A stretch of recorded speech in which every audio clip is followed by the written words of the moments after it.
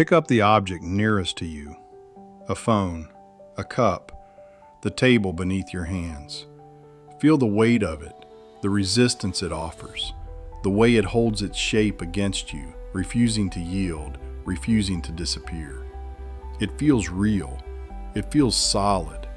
It feels like the most obvious thing in the world, that matter is matter, that solid is solid, that the thing you are holding right now is actually, undeniably, irrefutably there.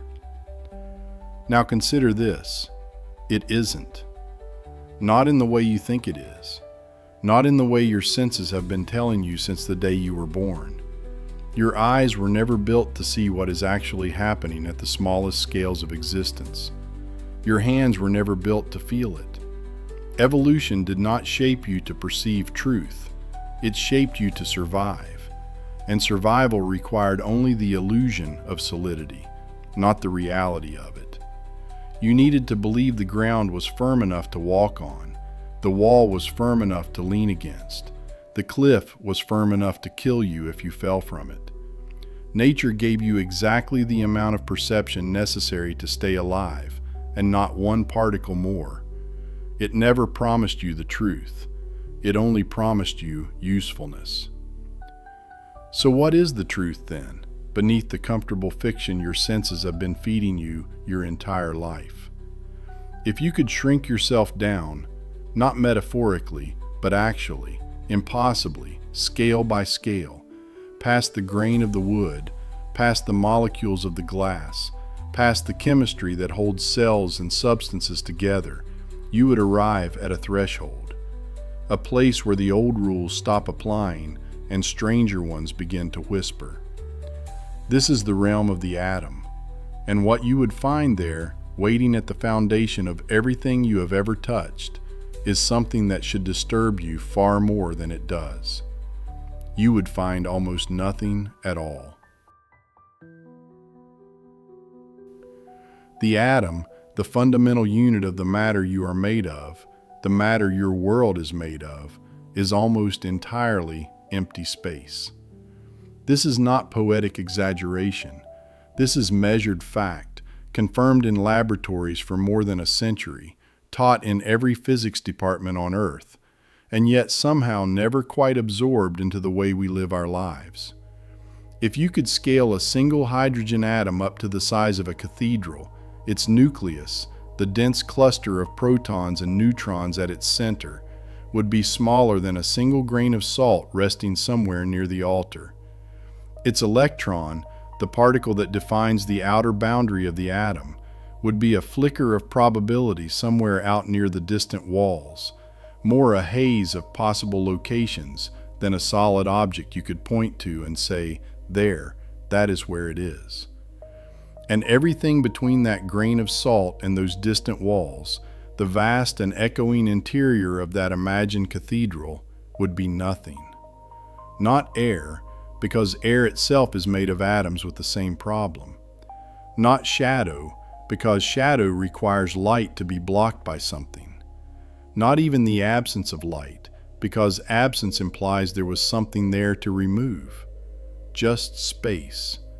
Just the quiet, immense gap where you assumed your whole life there was substance. Sit with that for a moment, because it deserves more than a passing thought.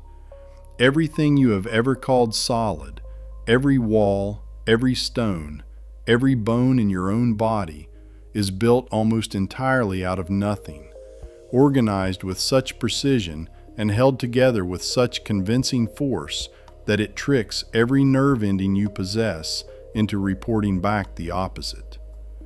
You have spent your entire life trusting a sensation that physics quietly contradicts every single day. So what then are you actually touching when you touch the table in front of you? What is holding your body upright when you sit in a chair, when you stand on solid ground, when you press your palm flat against a wall and feel it push back with what seems like absolute certainty?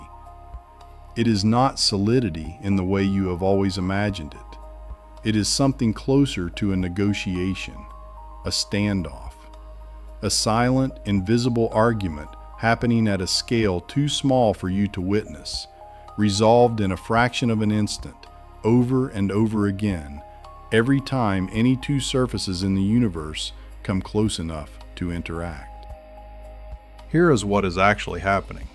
The electrons at the outer edge of your fingertips and the electrons at the outer edge of the table are both negatively charged. Like charges repel each other.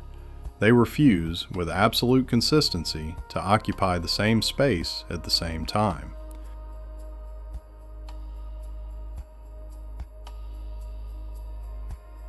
That repulsion, that invisible electromagnetic refusal playing out between clouds of probability you cannot see, is the entire sensation you interpret as solid.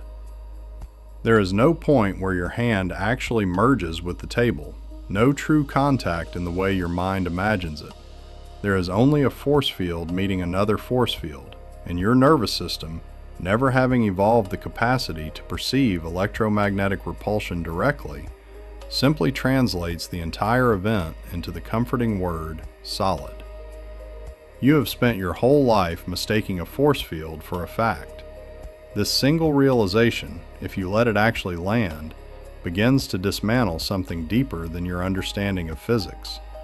It begins to dismantle your understanding of boundary itself.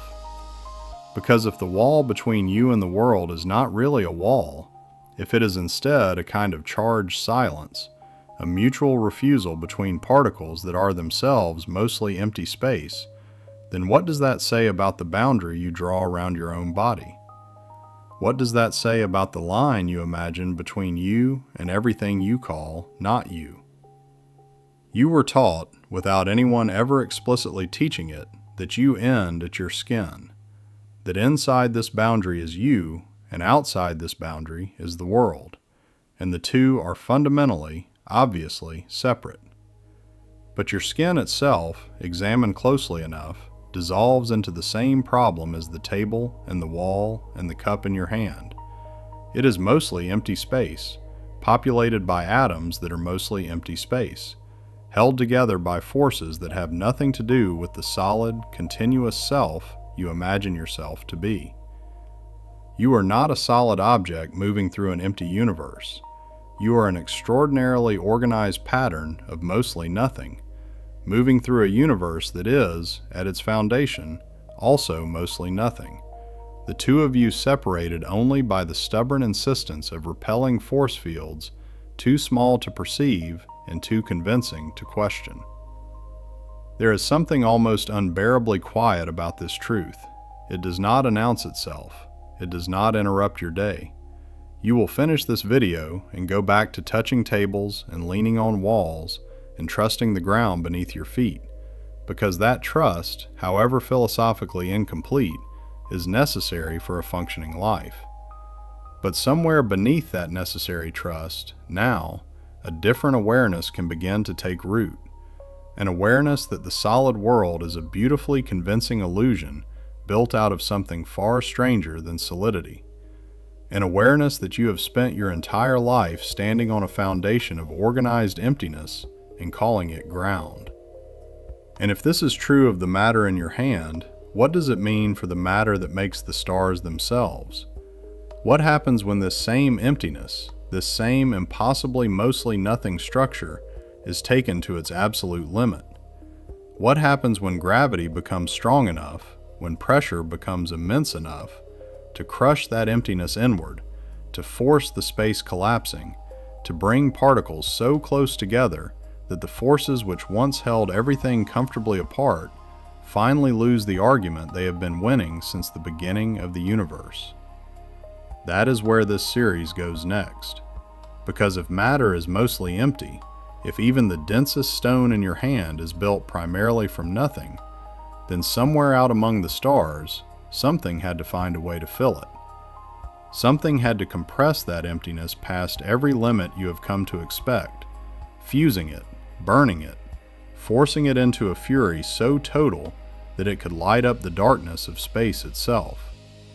Something had to make emptiness violent enough to become a star. We will go there next. For now, simply sit with this. Put your hand back on the table. Feel the solidity. Know, quietly, that it is a lie your nervous system tells you out of necessity. And ask yourself, gently, without needing an answer yet, if you are made almost entirely of empty space, organized with breathtaking precision into the shape you call yourself, then what exactly are you?